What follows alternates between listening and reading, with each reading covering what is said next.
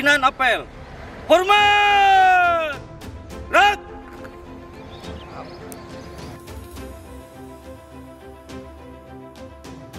Peserta apel dan para hadirin yang saya hormati, guna mendukung kelancaran pemilu 2024, maka Polres Aceh Utara didukung TNI, instansi terkait, dan mitra Kamtipmas lainnya akan melaksanakan pengamanan tahap pemungutan suara di setiap TPS yang berada di wilayah hukum Polres Aceh Utara selama 4 hari, sejak 12 sampai dengan 15 Februari 2024. Yang melibatkan 266 personil organik Polres, 202 BKO Polda, dan 2.150 Linmas di seluruh wilayah hukum Polres Aceh Utara.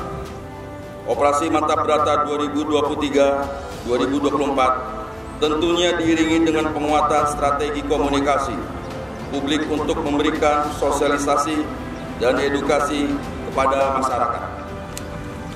Hal tersebut dilakukan agar masyarakat senantiasa menjaga persatuan dan kesatuan bangsa, ikut berpartisipasi dalam menjaga stabilitas Kamtipmas pada pemilu 2024, serta agar masyarakat mengetahui berbagai upaya pengamanan yang telah kita lakukan.